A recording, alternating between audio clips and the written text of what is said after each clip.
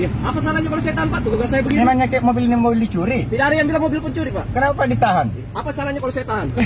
Salah karena Saya petugas Pak. Tahu dulu tugas pokok saya baru Bapak. tidak ada soal persoalan petugasnya, tapi jangan kita kalikan begitu masuk soalnya begitu bos. Pria ini sok jago tolak ditilang saat razia. Viral tentang polisi berkelahi, ini endingnya. Cekcok ini terjadi di Jalan Poros Panciro, Kecamatan Palanga pada Sabtu 25 Februari siang atau 4 hari lalu. Kala itu petugas Satlantas Polres Goa mendampingi di Subkoa melakukan razia. Diduga lantaran tidak terima diberhentikan dan diperiksa oleh petugas seorang penumpang di dalam mobil bersitegang dengan petugas Satlantas Polres Goa. Insiden ini pun direkam oleh seorang dari dalam mobil dan viral di media sosial. Diketahui pria itu bernama Ardianto Rahman, sedangkan petugas Satlantas Polres Goa bernama Brigadir Syaifullah. Tak lama setelah kejadian, pria itu dibawa ke Mapolsek Palangga. Di sana, pria memaki petugas itu pun meminta maaf. Ardianto Rahman, saya minta maaf atas indikasi kejadian tadi di lapangan dan sempat miss dengan aparat kepolisian. Dalam hal ini saya minta maaf.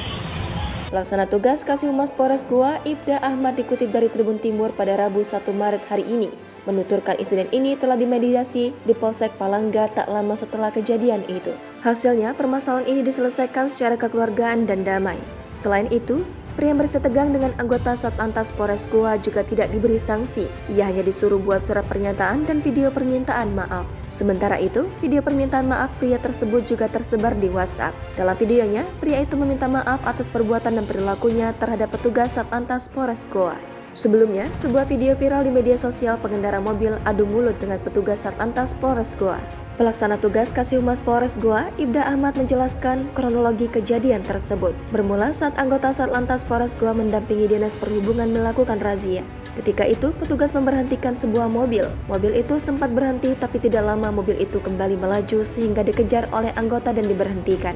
Saat dikejar dan diberhentikan oleh anggota Satlantas Polres Goa bernama Brigadir Syaifullah dan menanyakan surat-surat kendaraan.